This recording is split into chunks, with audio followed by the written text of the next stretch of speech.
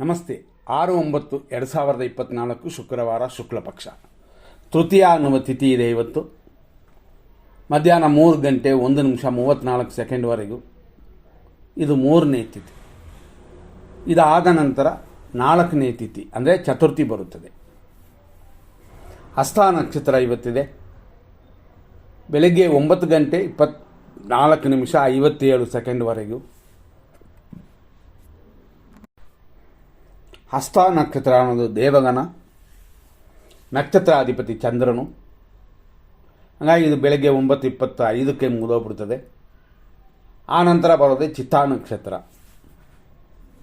ಹಸ್ತ ನಕ್ಷತ್ರ ಇರುವವರೆಗೂ ಅಮೃತ ಲಾಭ ಅಂತ ಅನುಕೂಲಕರವಾಗಿದೆ. ಸಾಲದಕ್ಕೆ ತೃತೀಯ ಅನ್ನುವ ತಿಥಿಯೂ ಇದೆ. ಇವತ್ತು ಶುಭವಾಗಿರುವಂಥದ್ದು ಬೆಳಗ್ಗೆ 9:25ಕ್ಕೆ ಮುಗಿದೋಗುತ್ತದೆ. ಆಮೇಲೆ ಶುಭ ದಿನವಲ್ಲ, ಶುಭ ಸಮಯವಲ್ಲ. ಇದನ್ನು ಮನಸ್ಸಲ್ಲಿ ಇಟ್ಕೋಬೇಕು. ಯಾಕೆಂತಂದರೆ ಕ್ಷಯ ಅನ್ನುವ ಒಂದು ವಿಷಯ ಬರುತ್ತದೆ 9:25ನ ಮೇಲೆ. ಕ್ಷಯ ಅಂದರೆ ಕರಗೋದು ಅಂತ ಅರ್ಥ. ಸಾಮಾನ್ಯವಾಗಿ ಈ ಸಮಯದಲ್ಲಿ ದಾನ ಧರ್ಮಗಳನ್ನು ಮಾಡಬಾರದು.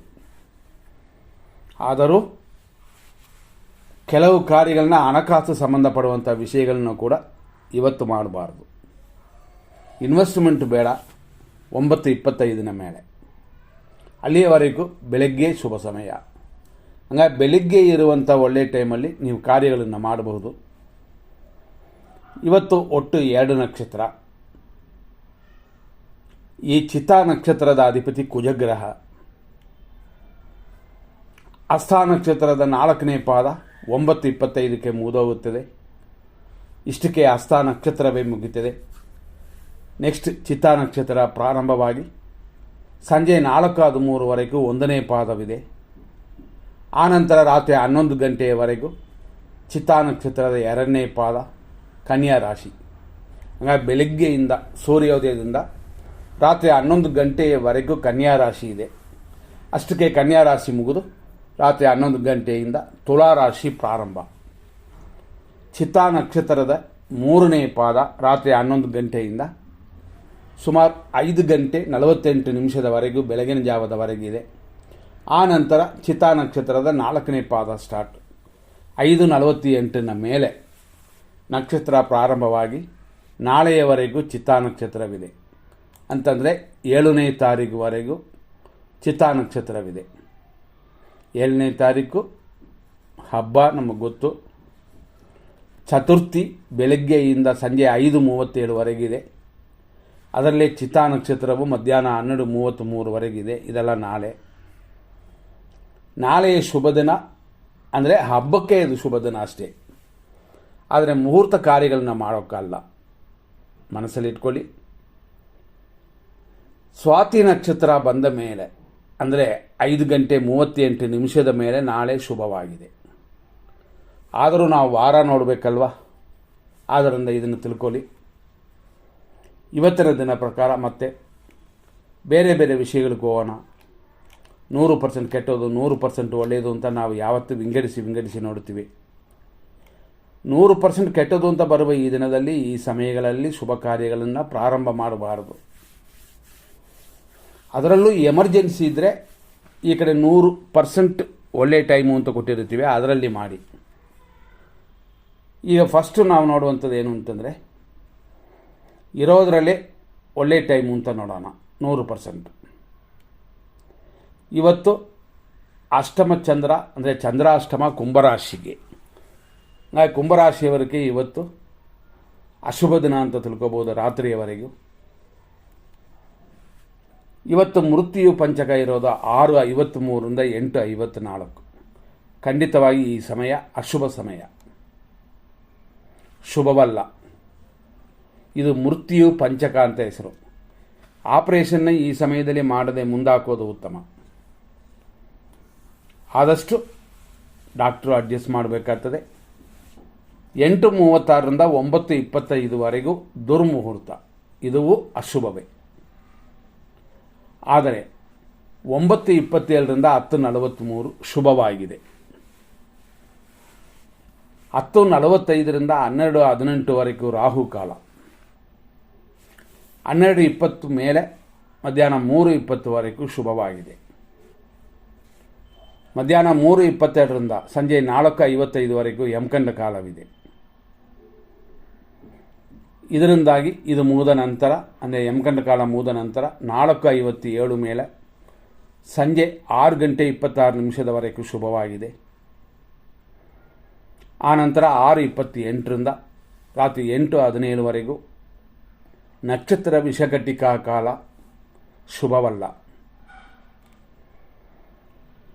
ಇದಾದ ಮೇಲೆ ರಾತ್ರಿ 8:19ರಿಂದ 2:35 ರಾತ್ರಿ, ಅಂದರೆ ಲೇಟ್ ನೈಟ್ವರೆಗೂ ಇರೋದರಲ್ಲಿ ಪರವಾಗಿಲ್ಲ.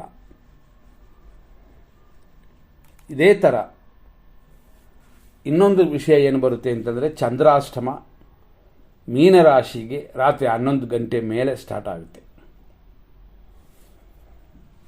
ರಾತ್ರಿಯಲ್ಲಿ 2:37 ಮೇಲೆ ಬೆಳಗಿನ ಜಾವ 4:46ವರೆಗೂ ಮೃತ್ಯು ಮರಣಕಾಲ. ವಾಕಿಂಗ್ಗೆ ರೆಡಿ ಆಗೋವರೆಲ್ಲ ಎಚ್ಚರ. ಅದೇ ಥರನೇ ಬೆಳಗಿನ ಜಾವ 3:13ರಿಂದ 4:41ವರೆಗೂ ಅಶುಭವಾಗಿದೆ. ಅದೇ ಬೆಳಗಿನ ಜಾವ 4:43 ಮೇಲೆ ಶುಭವಾಗಿದೆ. ಇಷ್ಟೆಲ್ಲ ನಾವು ನೋಡಿದ್ವಿ ಇವತ್ತಿನ ದಿನದಲ್ಲಿ. ಹಾಗಾಗಿ ಒಳ್ಳೆಯ ಟೈಮ್ ಕೆಟ್ಟ ಟೈಮ್ ಎರಡನ್ನೂ ನೋಡೋದಾಯಿತು. ಅದರಲ್ಲೂ ನಾವು ನೋಡಿರೋದು ಏನು ಅಂತಂದರೆ, ಖಂಡಿತವಾಗಿಯೂ ನಕ್ಷತ್ರ ಹಸ್ತ ಇರುವವರೆಗೂ ಪರವಾಗಿಲ್ಲ ಅಂತ. ಚಿತ್ತ ಬಂದ ಮೇಲೆ ಆ ನಕ್ಷತ್ರದ ಯೋಗ ಯಾವ ಥರ ಇರುತ್ತೆ ಅಂತ ನೋಡಿದ್ರೆ, ನಾನು ಫಸ್ಟೇ ಹೇಳಿದಂತೇನೆ, ಕ್ಷಯ ಅಂತ ಒಂದು ವಿಷಯ ಇರೋದರಿಂದ ಹಣಕಾಸು ವಿಷಯ ಮಾಡಬೇಡಿ ಅಷ್ಟೇ. ಬೇರೆ ವಿಷಯಗಳು ಮಾಡೋಕ್ಕೆ ಖಂಡಿತ ತೊಂದರೆ ಇಲ್ಲ. ಆದಷ್ಟು 9:25 ಒಳಗಡೆ ನಾವು ಕೊಟ್ಟಿರುವಂಥ ಒಳ್ಳೆಯ ಟೈಮಲ್ಲಿ ಏನಾದರೂ ಮಾಡ್ಬೋದು. ಆದರೂ ಎಲ್ಲ ನೋಡ್ಕೋಬೇಕು. ಏನು ನೋಡಬೇಕು ಅಂತಂದರೆ, ವಾರ ನೋಡಬೇಕು, ಯಮಕಂಡ ಕಾಲಗಳೆಲ್ಲ ನೋಡಬೇಕಾಗ್ತದೆ. ಇದೆಲ್ಲ ನೋಡ್ಕೊಂಡು ಮಾಡಿದ್ರೆ ಸ್ವಲ್ಪ ಇರೋದರಲ್ಲಿ ತೊಂದರೆಗಳು ಕಡಿಮೆ ಆಗುತ್ತದೆ. ಹೆಚ್ಚಾಗಿ ಗಮನ ಕೊಡಿ. ನಾವು ನೋಡುವಂಥ ಸಮಯದಲ್ಲಿ ಈ ಉದಾಹರಣೆ ಶುಭ ಮುಹೂರ್ತ ಸಮಯ 9:25ರಿಂದ 11:01. ಆದ್ದರಿಂದ ನಾವು ಕೊಟ್ಟಿರುವಂಥ ಒಳ್ಳೆಯ ಟೈಮು ಅಂತ ನಾವು ಹೇಳಿರುವಂಥ 9:27ರಿಂದ 10:43ವರೆಗೂ ಶುಭವಾಗಿದೆ. ಈ ಸಮಯದಲ್ಲಿ ಉದ್ದಿಕಾಲವೂ ಇದೆ, ಅದೂ ಶುಭವೇ. ಈ ಸಮಯದಲ್ಲಿ ಗುರು ಹೊರೆ ಬರುತ್ತದೆ. ಆದರೆ ಗುರು ಹೊರೆ 10:15ರಿಂದ 10:43ವರೆಗೂ ಮಾತ್ರನೇ ಶುಭವಾಗಿರೋದು. ಯಾಕೆಂತಂದರೆ 10:45ರಿಂದ 12:18 ರಾಹು ಕಾಲ ಬರುತ್ತೆ. ಹಾಗಾಗಿ ನಮ್ಮಲ್ಲಿ ಕೆಲವರೆಲ್ಲ ಗುರು ಹೊರೆ ಶುಭವಾಗಿರುತ್ತದೆ, ಶುಭ ಅಂತೇಳಿ ಮಾಡ್ತಾರೆ.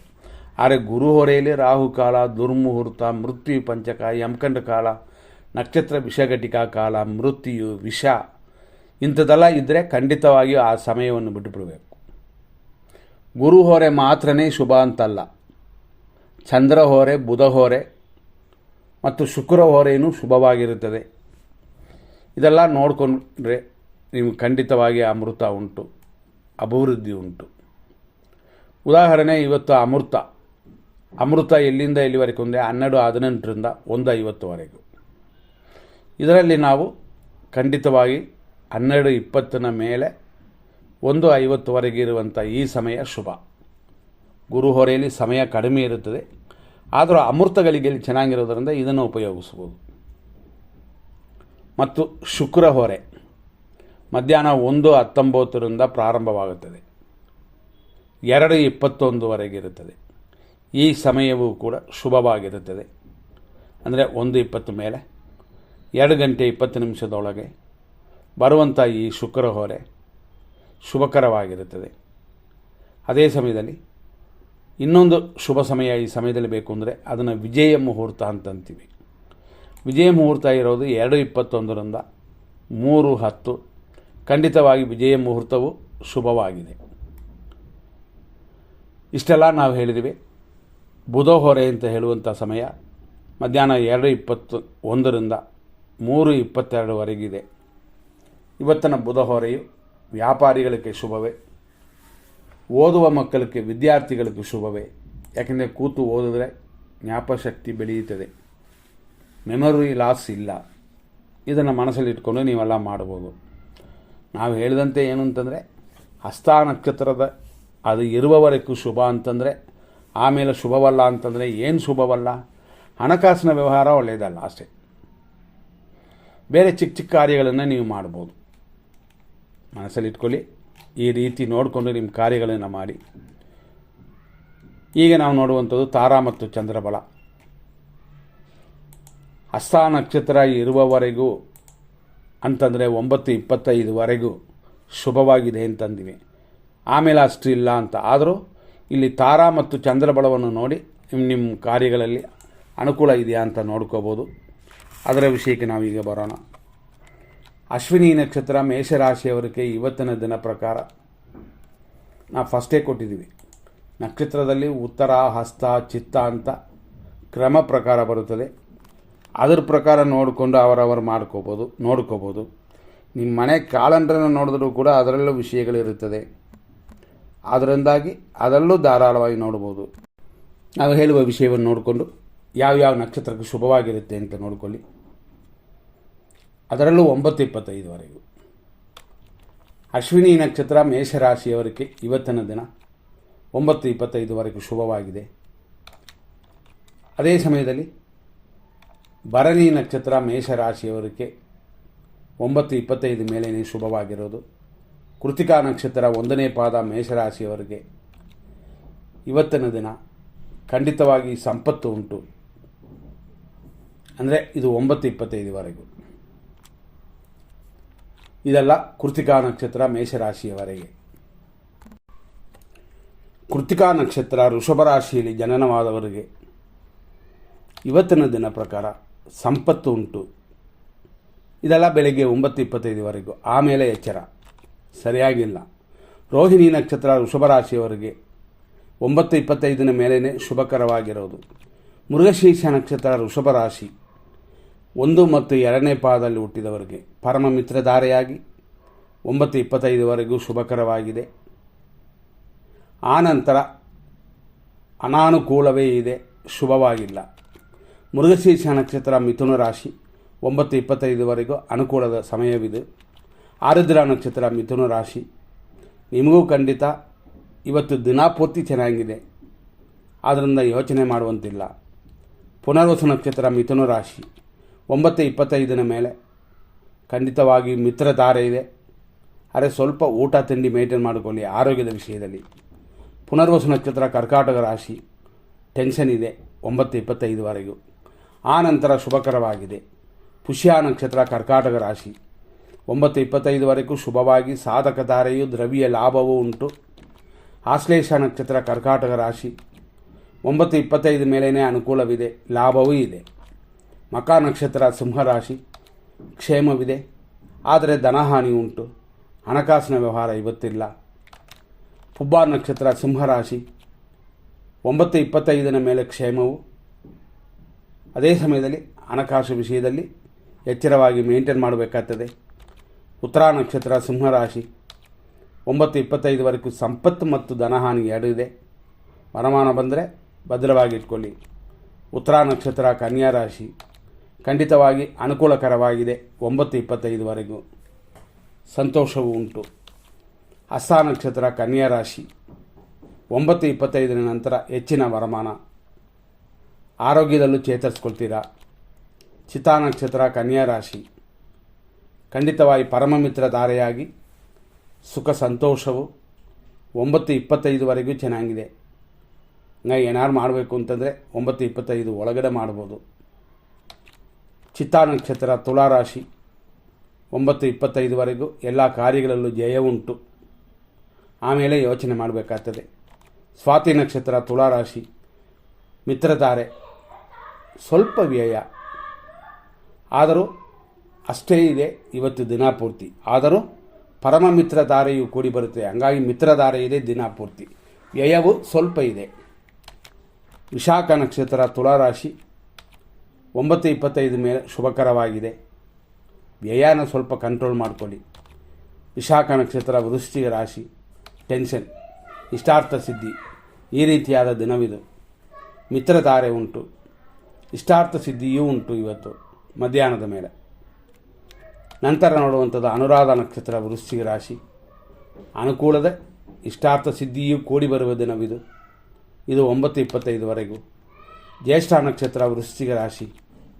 ಖಂಡಿತವಾಗಿ ಅನುಕೂಲವಿದೆ, ಇಷ್ಟಾರ್ಥ ಸಿದ್ಧಿಯೆಲ್ಲ ಇದೆ, ಆದರೆ 9:25ನ ಮೇಲೆ. ಮೂಲ ನಕ್ಷತ್ರ ಧನುಸು ರಾಶಿ. ಆರೋಗ್ಯವು ಕೆಲಸ ಕಾರ್ಯಗಳ ಅಭಿವೃದ್ಧಿಯು 9:25ವರೆಗಿದೆ. ಆನಂತರ ಏನಾದ್ರು ಮಾಡಬೇಕು ಅಂತಂದರೆ ಯೋಚನೆ ಮಾಡಿಕೊಂಡೇ ಮಾಡಬೇಕಾಗ್ತದೆ. ಪೂರ್ವಾಷಾಢ ನಕ್ಷತ್ರ ಧನುಸು ರಾಶಿ. 9:25ನ ನಂತರ ಶುಭಕರವಾಗಿದೆ. ಉತ್ತರಾಷಾಢ ನಕ್ಷತ್ರ ಧನುಸು ರಾಶಿ. ಸಂಪತ್ತು ಉಂಟು, ಕೆಲಸ ಕಾರ್ಯಗಳ ಅಭಿವೃದ್ಧಿಯೂ ಉಂಟು 9:25ವರೆಗೂ. ಉತ್ತರಾಷಾಢ ನಕ್ಷತ್ರ ಮಕರ ರಾಶಿ. ಅನುಕೂಲ, ಹೆಚ್ಚಿನ ವರಮಾನ, ಉನ್ನತ ಸಮಯ 9:25ವರೆಗೂ ಮಾತ್ರ. ಶ್ರವಣ ನಕ್ಷತ್ರ ಮಕರ ರಾಶಿ. 9:25 ಮೇಲೆ ಸಂಪತ್ತು, ಅನುಕೂಲ ಇದೆಲ್ಲ ಇರುತ್ತದೆ. ಧನಿಷ್ಠ ನಕ್ಷತ್ರ ಮಕರ ರಾಶಿ. 9:25ವರೆಗೂ ನಕ್ಷತ್ರ ದೇವತೆಯೇ ನಿಮಗೆ ಅನುಕೂಲಕರವಾಗಿರುತ್ತದೆ. ಆನಂತರ ಅಂದರೆ 9:25 ಮೇಲೆ ಹೇಳಿಕೊಳ್ಳುವಂತೆ ಇಲ್ಲ. ಧನಿಷ್ಠ ನಕ್ಷತ್ರ ಕುಂಭರಾಶಿ 3 ಮತ್ತು 4ನೇ ಪಾದ. ಇವತ್ತು 9:25ವರೆಗೆ ಮಾತ್ರ ಶುಭಕರವಾಗಿರೋದು. ಆಮೇಲೆ ತಲೆ ಸ್ನಾನ ಮಾಡಿ ದೇವಸ್ಥಾನದಲ್ಲಿ ನಿಮ್ಮ ನಕ್ಷತ್ರವನ್ನು ಹೇಳಿ ಪೂಜೆ ಮಾಡಿಕೊಳ್ಳಿ. ಶತಭಿಷ ನಕ್ಷತ್ರ ಕುಂಭರಾಶಿ. ಮಿತ್ರಧಾರೆ, ಪರಮ ಮಿತ್ರಧಾರೆ ಅಂತ ಇವತ್ತು ದಿನಪೂರ್ತಿ ಚೆನ್ನಾಗಿದೆ. ಪೂರ್ವಭಾದ್ರಪದ ನಕ್ಷತ್ರ ಕುಂಭರಾಶಿ. 9:25ನ ಮೇಲೆ ರೋಗ ವೃದ್ಧಿ ಉಂಟು. ಆರೋಗ್ಯದಲ್ಲಿ ಸ್ವಲ್ಪ ತೊಂದರೆ ಇರುವವರು ನೋಡ್ಕೊಳ್ಳಿ. ಪೂರ್ವಭಾದ್ರಪದ ನಕ್ಷತ್ರ ಮೀನರಾಶಿ. 9:25ನ ನಂತರ ಅನುಕೂಲ, ಸುಖ, ಅಭಿವೃದ್ಧಿ ಎಲ್ಲವೂ ಕೂಡಿ ಬಂದಿರುವಂಥ ದಿನವಿದು. ಉತ್ತರ ಭಾದ್ರಪದ ನಕ್ಷತ್ರ ಮೀನರಾಶಿ. ಅನುಕೂಲ, ಸುಖ, ಅಭಿವೃದ್ಧಿ ಎಲ್ಲವೂ ಇದೆ. ರೇವತಿ ನಕ್ಷತ್ರ ಮೀನರಾಶಿ. 9:25ನ ಮೇಲೆ ಅನುಕೂಲ ಮತ್ತು ದೇವತಾ ಅನುಗ್ರಹ ಇಂಥದ್ದೆಲ್ಲ ಉಂಟು. ಈವರೆಗೆ ಇಷ್ಟು ವಿಷಯಗಳನ್ನ ನೋಡಿದ್ವಿ. ಮುಂದಿನ ಸಂಚಿಕೆಯಲ್ಲಿ ನೋಡೋಣ.